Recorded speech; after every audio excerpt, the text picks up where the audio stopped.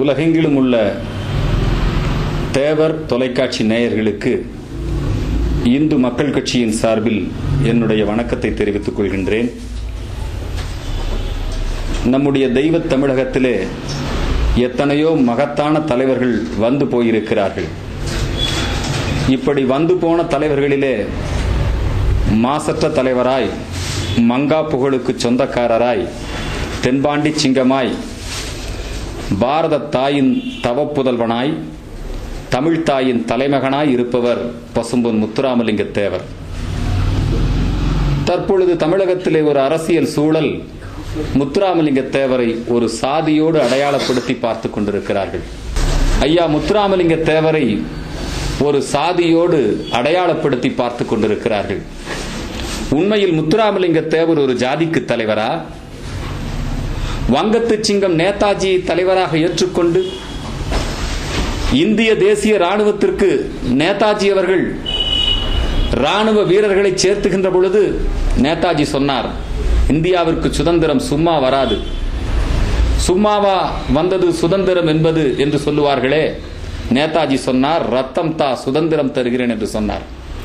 அந்த நேதாஜியினுடைய அறைகூவலை ஏற்றுக்கொண்டு தென் தமிழகத்திலே இருந்து ஏராளமான இளைஞர்களை நேதாஜியினுடைய இந்திய தேசிய ராணுவத்திற்கு அவர் அனுப்பி வைத்தார் முத்துராமலிங்க தேவர். நேதாஜியை தன்னுடைய குடும்ப வழக்கறிஞர் சீனிவாச ஐயங்கார் மூலமாக அறிமுகமாகிக் கொண்ட முத்துராமலிங்க தேவர் ஐயா அவர்கள் நேதாஜியை தன்னுடைய அரசியல் வழிகாட்டியாக, தன்னுடைய தலைவராக ஏற்றுக்கொண்டார். நேதாஜி பிறந்த வங்க மாநிலத்திலே கூட அவ்வளவு சிலைகள் நேதாஜிக்கு கிடையாது. ஆனால் முத்துராமலிங்க தேவருடைய கொடி பறக்கின்ற, புலிக்கொடி பறக்கின்ற அந்த தென்பாண்டி சீமையிலே எங்கு பார்த்தாலும் நேதாஜி சிலைகள் என்பதற்கு என்ன காரணம் என்றால், நேதாஜியின் மீது தேவர் கொண்டிருந்த அபிமானம், முத்துராமலிங்க தேவர் கொண்டிருந்த அபிமானம், அந்த மக்கள் அனைவரும் நேதாஜியை தலைவராக ஏற்றுக்கொண்டார். நேதாஜி என்பவர் முக்குலத்தைச் சேர்ந்தவர் அல்ல, இந்தியாவினுடைய மாபெரும் விடுதலை போராட்ட வீரர். What Bengal things today it's going to happen tomorrow in India என்று சொல்லுவார்கள். வங்க மாநிலம் என்ன நினைக்கின்றதோ அதை நாளை இந்தியா செயல்படுத்தும் என்று சொல்லுவார்கள். ஏனென்றால் வங்க மாநிலத்திலேதான் மகாகவி தாகூர் பிறந்தார். வங்க மாநிலத்திலேதான் குருதேவர் ராமகிருஷ்ண பரமஹம்சர் பிறந்தார். வங்க மாநிலத்திலேதான் நரேந்திரன் என்று சொல்லக்கூடிய விவேகானந்தர் பிறந்தார். வங்க மாநிலத்திலேதான் அரவிந்த கோஷ் பிறந்தார். இப்படி ஏராளமான மகான்களையும் ரிஷிகளையும் உருவாக்கிய அந்த வங்க மாநிலத்திலே இருந்துதான் நேதாஜி ஒரு மாபெரும் தலைவராக உயர்ந்தார். அந்த நேதாஜியை தலைவராக ஏற்றுக்கொண்ட முத்துராமலிங்க தேவர் நேதாஜிக்கு உறுதுணையாக இருந்தார். காங்கிரஸ் கட்சியிலே நேதாஜியினுடைய புகழை மழுங்கச் செய்து அவரை தோற்கடித்து இந்திய சுதந்திரத்தை தாமதப்படுத்த வேண்டும் என்று பிரிட்டிஷாருக்கு கைப்பாவையாக காங்கிரசின் பெருந்தலைவர்கள் செயல்பட்ட பொழுது நேதாஜி அவர்கள் காந்தியடிகளோடு முரண்பட்டு நின்றார். காங்கிரஸ் கட்சியிலே தேர்தல் போட்டி உருவாகிறது. காங்கிரஸ் கட்சியினுடைய வேட்பாளர் பட்டாபி சீதாராமையா. காந்தியடிகள் சொல்லுகிறார், பட்டாபியின் தோல்வி என் தோல்வி என்று சொல்லுகிறார். நேதாஜி வெற்றி பெற்றார், காங்கிரஸ் தலைவராக வந்தார். ஆனால் பட்டேல் போன்றவர்கள் நேதாஜிக்கு ஒத்துழைப்பு கொடுக்காமல், காந்தியடிகள் போன்றவர்கள் நேதாஜிக்கு ஒத்துழைப்பு கொடுக்காமல், நேதாஜி காங்கிரஸ் கட்சியினுடைய தலைவராக செயல்படுவதற்கு பல்வேறு இடையூறுகளை செய்தார்கள். சுதந்திரம் என்பது உப்பு காய்ச்சி சத்தியாகிரகம் செய்து ரயில் மறியல் செய்து வருவதல்ல. இரண்டாம் உலகப் போர் மூண்டு விட்டது. இந்த இரண்டாம் உலகப் போரிலே இந்தியர்களுடைய சம்மதம் இல்லாமலேயே இந்தியர்களை, சுதந்திர போராட்டத்திலே ஈடுபட்டுக் கொண்டிருந்த இந்தியர்களை வெள்ளையர்களுக்கு ஆதரவாக இங்கிலாந்து ராணுவத்திலே இந்தியர்களை அவர்கள் சேர்த்துக் கொண்டிருந்தார்கள். காங்கிரஸ் கட்சியும் இங்கிலாந்து ராணுவத்திற்கு ஆள் பிடித்துக் கொண்டிருந்தது. நேதாஜி இதை எதிர்த்தார். நாம் சுதந்திரம் பெறுவதற்கு இதுதான் தருணம். முதல் உலகப் போர் நடைபெற்ற பொழுது, முதல் உலகப் போருக்கு பிறகு இந்தியாவிற்கு சுதந்திரம் கொடுப்பதை குறித்து பரிசீலனை செய்கிறோம் என்று சொன்னார்கள். நம்மை ஏமாற்றி விட்டார்கள். அவர்கள் கொடுத்த பரிசு நமக்கு பஞ்சாப் படுகொலை. எனவே இந்த முறை நாம் ஏமாறக்கூடாது. அண்ணல் காந்தியடிகள் அவர்களே, சுதந்திர போராட்டத்தை தீவிரப்படுத்துங்கள். நாம் இங்கிலாந்தை ஆதரிக்க வேண்டும் என்று சொன்னால், இங்கிலாந்து ராணுவத்திற்கு நாம் ஆள் அனுப்ப வேண்டும் என்று சொன்னால், இந்தியாவின் விடுதலையை அதற்கு பதிலாக கேளுங்கள் என்று சொன்னார். ஆனால் காந்தியடிகள் அதற்கு ஒப்புக்கொள்ளவில்லை. இங்கிலாந்து கடுமையாக கண்காணித்துக் கொண்டிருந்தது. நேதாஜி இரவோடு இரவாக தலைமறைவானார். இந்த உலகத்திலேயே யாரும் செய்யாத சாகசம் முதல் முறையாக நீர்மூழ்கி கப்பல் மூலமாக நெடிய தூரம் பயணம் செய்து ஜப்பான் பிரதமரை சந்திக்கிறார், ஹிட்லரை சந்திக்கிறார்.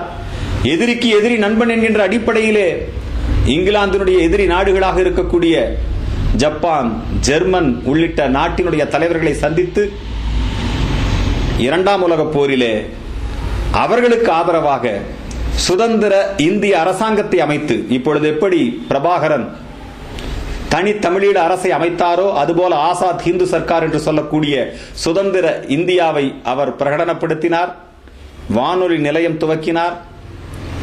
இந்திய ராணுவ தளபதியாக பொறுப்பெடுத்துக் கொண்டார். இந்திய தேசிய ராணுவத்தின் மூலமாக பிரிட்டிஷ் இந்தியாவின் மீது போர் தொடுத்தார்.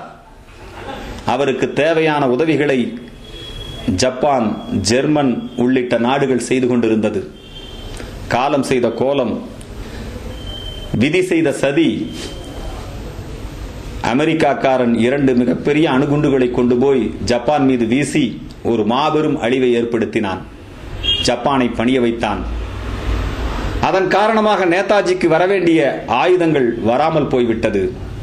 ஆகவே இம்பாலா வரை முன்னேறிய நம்முடைய நேதாஜி போர்க்களத்திலே பின்வாங்க நேரிட்டது. இன்றைக்கு வரைக்கும் நேதாஜியினுடைய மரணம் என்பது யாராலும் உறுதி செய்யப்படவில்லை. காங்கிரஸ் பல்வேறு விதமான சதிகளை செய்து கொண்டிருக்கிறது. ஆனால் முத்துராமலிங்க தேவர் மட்டும் தன் வாழ்நாள் முழுக்க நேதாஜி வாழ்ந்து கொண்டிருக்கிறார். நேதாஜி தலைமறைவாகி இந்திய தேசிய ராணுவத்தை அமைத்தவுடனேயே இந்தியாவின் சுதந்திரம் உறுதி செய்யப்பட்டு விட்டது. இனி இந்தியாவை ஆள முடியாது என்கின்ற முடிவுக்கு வந்த ஆங்கிலேயர்கள் கொஞ்சம் கொஞ்சமாக இந்தியாவை உடைக்க வேண்டும், பிரித்தாளும் சூழ்ச்சி என்கிற அடிப்படையில் பல்வேறு விதமான தந்திரோபாயங்களை கண்டாய்ந்து கடைபிடித்து இந்தியா பாகிஸ்தான் பிரிவினையை உருவாக்கி ஒரு வழியாக மும்பையிலே மீண்டும் நேதாஜி எப்படி ஒரு தேசிய ராணுவத்தை அமைத்து ஒரு கிளர்ச்சியை உருவாக்கினாரோ அதே போல மும்பை கப்பல் படையினர் மாபெரும் கிளர்ச்சியை உருவாக்கினார்கள். இனி யாரும் இந்தியர்கள் நமக்கு அடிமையாக இருக்க மாட்டார்கள் என்று முடிவுக்கு வந்த இந்தியாவை அவர்கள் விட்டுச் செல்வது என்று தீர்மானித்தார்கள். அப்படி விட்டுச் செல்லுகின்ற போது கூட நேதாஜி இந்தியாவிற்கு திரும்ப வந்தால் அவரை ஒப்படைக்கிறோம் என்றெல்லாம் ஒப்பந்தம் போட்டதாக சொல்லுகிறார்கள். ஃபார்வர்ட் பிளாக் கட்சியை நேதாஜி இல்லாமலேயே நடத்தி கொண்டிருந்தார்கள். அந்த ஃபார்வர்ட் பிளாக் கட்சி நாடு முழுக்க வலிமையான கட்சியாக இருந்தது. தமிழகத்திலே தனிப்பெரும் தலைவராக நம்முடைய முத்துராமலிங்க தேவர் அவர்கள் நேதாஜியின் கொள்கைகளை நடைமுறைப்படுத்திக் கொண்டிருந்தார். எப்படியாவது ஃபார்வர்ட் பிளாக் கட்சியை நசுக்கிவிட வேண்டும் என்று பிரிட்டிஷார் எத்தனையோ முயற்சி செய்தார்கள். பல வழக்குகளை போட்டார்கள்.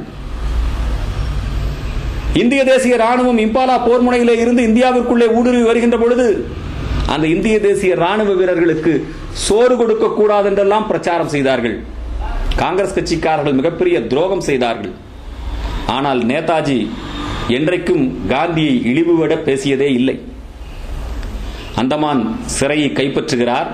அந்தமானிலே இருந்து நேதாஜி வானொலியிலே பேசுகிறார். தேசப்பிதா என்று காந்தியை முதலாக அழைத்தவர் அவர்தான். அப்படி பேசிவிட்டு அந்தமானிலே அவர் டெல்லி சலோ என்கின்ற கோஷத்தை நம்முடைய ராணுவத்திற்கு வைக்கின்றார். ஆனால் இந்த நாட்டிலே காங்கிரஸ்காரர்கள் இந்திய தேசிய ராணுவத்தினருக்கு காட்டிக் கொடுக்கின்ற வேலையை செய்து கொண்டிருந்தார்கள். எப்படியோ நாம் சுதந்திரம் பெற்றுவிட்டோம். அந்த சுதந்திரத்தை பெறுகின்ற பொழுது கூட நேதாஜி வந்தால் அந்த வழக்கு நிலுவிலே இருக்கிறது, அவரை ஒப்படைப்போம் என்றெல்லாம் ஒப்பந்தம் செய்து கொண்டிருக்கிறார் நேரு. இது மிகப்பெரிய அநீதி. சுதந்திர இந்தியாவிலே தேர்தல் நடக்கிறது.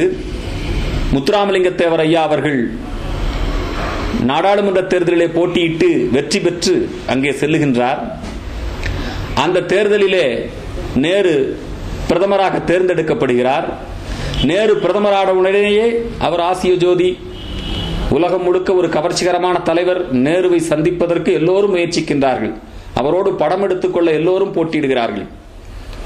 ஆனால் நேரு சொல்லுகிறார், நான் ஃபார்வர்ட் பிளாக் தலைவர் முத்துராமலிங்க தேவரை சந்திக்க விரும்புகிறேன், அவரோடு கைகுலுக்க விரும்புகிறேன் என்று நேரு முத்துராமலிங்க தேவரிடத்திலே கையை நீட்டிய பொழுது என் தலைவனை காட்டிக் கொடுத்த கையோடு நான் குலுக்க மாட்டேன் என்று சொல்லி நேருவினுடைய கையை தட்டிவிட்டு வந்து விட்டார்.